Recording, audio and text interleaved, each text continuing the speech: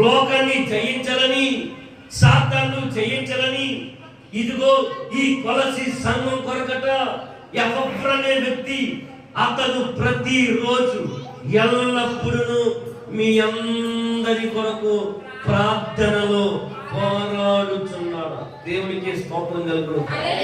హల్లెలూయా, హల్లెలూయా. కాబట్టి మనము దేనిలో పోరాడాలి? ప్రార్థనలో పోరాడే వ్యక్తులుగా ఉండాలి. మన పోరాటం లోకనాథులతో, దురాత్మలతో. కాబట్టి మనము ప్రార్థించే పోరాటంలో ఉండగలిగితే దుష్టిని జయిస్తామట. దేవునికి స్తోత్రం కలుగును. హల్లెలూయా, హల్లెలూయా, హల్లెలూయా. నిజముగా మనము ప్రార్థనలో పోరాడే వ్యక్తులుగా ఉన్నామా? నిజముగా ప్రార్థన పొరులుగానే మనం ఉన్నామో లేదో? మనము ప్రార్థించే వ్యక్తులుగా మారమో లేదో? పాటలు పాడుతున్నాం మంచిదే, వాయిద్యాలు వాయిస్తున్నాం మంచిదే, ఆరాధన చేస్తున్నాం మంచిదే, వాక్యాన్ని చదువుతున్నాం మంచిదే. అయితే ప్రార్థనలో పోరాడే వీరులుగా ఉన్నామో లేదో? చాలా మంది భక్తులు చెప్పారు, మనం మోకాళ్ళు నల్లబడితే మన మొక్కం తేజస్సుగా మారిపోతారు. మోసే దేవునితో 40 దినాలుంటే కిందకి దిగి వచ్చే సమయానికి ప్రజలు ఆ అద్భుతానికి, ఆ కాంతిని ప్రజలు చూడలేకపోయారు. దేవునికి స్తోత్రం కలుగును. హల్లెలూయా, హల్లెలూయా.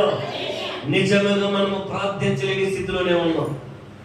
అన్నిటికీ సమయాన్ని ఇస్తున్నాం, కానీ ప్రార్థించడానికి చాలా వెనకబడిపోతున్నాం. మోకరిస్తే చాలా బలహీన పడిపోతున్నాం. 2 నిమిషాల్లోనే ప్రార్థన అయిపోతుంది. 5 నిమిషాలే కాబోబో ఆమె నేత్రం.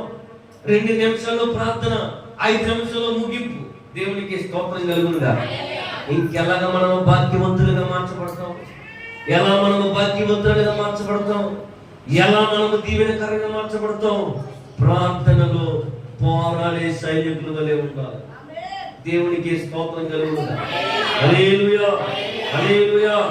బలహీనతలు ఉంటాయి, సమస్యలు ఉంటాయి, అనారోగ్యం ఉంటుంది, అనుకూల స్థితులు ఉండవు, మనకు అనుకూలంగా పరిస్థితులు ఉండకపోవచ్చు.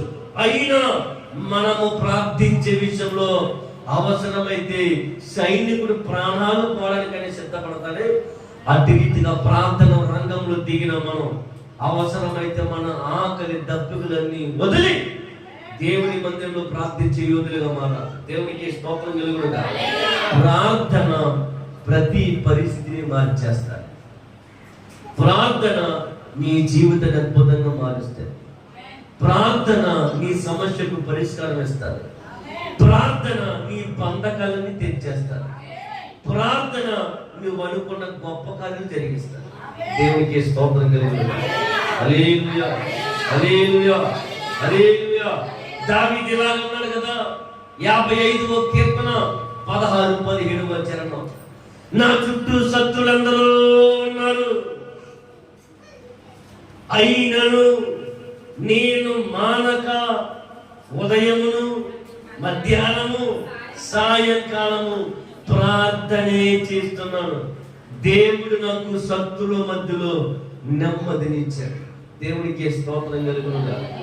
16వ వచనం చదవండి. అయితే నేను దేవునికి మొర్ర పెట్టుచున్నాను, యెహోవా నన్ను రక్షించాడు. సాయంకాలం, ఉదయం, మధ్యాహ్నం నేను ధ్యానించుచు మొర్ర పెట్టుచున్నాను. ఆయన నా ప్రార్థన ఆలకించి ఉన్నాడు. ఇదిగో నా చుట్టూ శత్రువులు అనేకులై ఉన్నారు, అయినను వారి నా మీదకి రాకుండానట్లు సమాధానం కలుగజేసి ఆయన నా ప్రాణమునకు విమోచించాడు. దేవునికి స్తోత్రం కలుగును. హల్లెలూయా.